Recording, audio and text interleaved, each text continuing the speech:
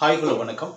இன்றைக்கி நம்ம அப்புடு இப்படு எப்படின்னு சொல்லிட்டு ஒரு தெலுங்கு படம் 2024 ரிலீஸ் ஆகிருக்கு. இந்த படத்தினோட ஸ்டோரி பற்றி பார்ப்போம். இந்த படத்தை வந்து சுதீர் வர்மா டைரக்ஷன் பண்ணிக்கிறாரு. இந்த படத்தில் வந்து நிகில் சித்தார்த்தா ஹீரோவாக நடிச்சிருக்காரு. ருக்மிணி, ஹர்ஷான்னு சொல்லிட்டு ஏகப்பட்ட பேர் நடிச்சிருக்காங்க. இந்த படத்தினோட ஸ்டோரி பார்க்கறதுக்கு முன்னாடி நம்ம சேனல் நீங்கள் சப்ஸ்கிரைப் பண்ணி வச்சுக்கோங்க. அப்போ தான் நான் போடுறபடி உங்களுக்கு வந்து கிடைக்கும். இந்த படத்தினோட ஸ்டோரி என்னென்னு பார்த்தீங்கன்னா, ஓப்பனிங்கில் ஒரு இடத்துல திருட போகிறாங்க 2 பேர். அவங்க சொல்கிற கதை தான் இதனோட ஃப்ளாஷ்பேக்காக வருது. அப்போ என்ன ஆகுதுன்னு பார்த்தீங்கன்னா, லண்டனில் வந்து ஒரு சாதாரண ஒரு ஃபேமிலியில் இருக்கிற நமக்கு ஹீரோ அப்போ வந்து ஒரு பொண்ணு லவ் பண்ணுறாரு. லவ் பண்ணிகிட்டு இருக்கும்போது அந்த பொண்ணுக்கு வந்து வேறு இடத்துல கல்யாணம் பண்ணிச்சுன்னு சொல்லிட்டு ஒரு தவறான புரிதலோட இவர் என்ன பண்ணாருன்னு பார்த்தீங்கன்னா, அடுத்தது இன்னொரு பொண்ணை லவ் பண்ணுறாரு. அவங்க வந்து இவங்களை ஏமாற்றிட்டு போயிடுறாங்க. அதுக்கப்புறம் மீண்டும் அந்த பொண்ணோட சேரும்போது இவர் ஒரு கொலைக்கேசில் மாட்டிக்கிறாரு.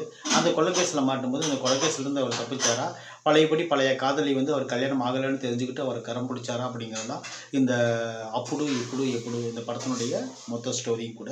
இந்த படத்தினுடைய டெக்னிக்கலாக நல்லா இருந்தாலும் கூட திரைக்கதையில் கொஞ்சம் ஸ்லோவாக இருந்தனால கொஞ்சம் அப்பப்போ சலிப்பு தட்டுற சீன்கள் நிறையா வந்துச்சு. ஏன்னா ஒரு சீனும் பார்த்தீங்கன்னா கொஞ்சம் லென்த்தாக தான் இருக்கிற மாதிரி இருந்துச்சு. ஓப்பனிங்கில் வந்து சுறுசுறுப்பாக கொடுத்த டைரக்டர் வந்து கொஞ்சம் இடைவெளி வரலும் ஃபஸ்ட் ஹாஃபில் வந்து ரொம்ப ஸ்லோவாக இருந்தனால படத்தை வந்து ரொம்ப என்ஜாய் பண்ணி பார்க்க முடியாமல் போயிடுச்சு.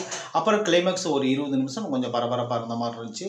மற்றபடி இந்த படத்தில் ஒரு 5-6 பாட்டு இருக்குது. 5-6 பாட்டை சகிச்சுக்கிட்டு இந்த படத்தை ஒரு டைம் பார்த்து நீங்கள் என்ஜாய் பண்ண முடிஞ்சால் கண்டிப்பாக நீங்கள் என்ஜாய் பண்ணலாம். அதனால நல்ல ஒரு ஸ்ட்ராங்கான படம் தான். ரெண்டாவது என்னென்னு பார்த்தீங்கன்னா, இந்த படத்தில் ஒரு லவ் ஒரு போர்ஷனில் வந்து ரொம்ப ஒரு இதாக கனெக்ட் ஆகலை. அப்புறம் ஃபைட்டும் கிளைமேக்ஸ் ஃபைட்டை தவிர மீது எதுவும் கனெக்ட் ஆகலை. அதுக்கப்புறம் பார்த்தீங்கன்னா காமெடிங்கிற பேரில் காமெடியும் கனெக்ட் ஆகலை. ஹர்ஷா இருக்கார். ஹர்ஷாவோட காமெடி அப்படி ஒன்றும் எடுபடலைன்னு தான் நம்ம சொல்லணும். அதுக்கப்புறம் இந்த படத்தினோட வில்லன்கள் வந்து ஒரு 4-5 பேர் இருக்கிறாங்க.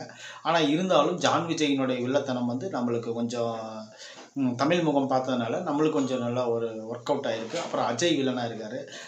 கிளைமேக்ஸில் வந்து ட்விஸ்ட்டு வந்து கொஞ்சம் சிறப்பாக கொடுத்துருக்காங்க. இந்த அப்புடு இப்படி எப்படு இந்த படத்துக்குனோட ரேட்டிங் வந்து நம்ம 45 to 50 மார்க்குள்ள கொடுக்கலாம். அதுக்குண்டான ஒர்த்தான இந்த படம் தான்.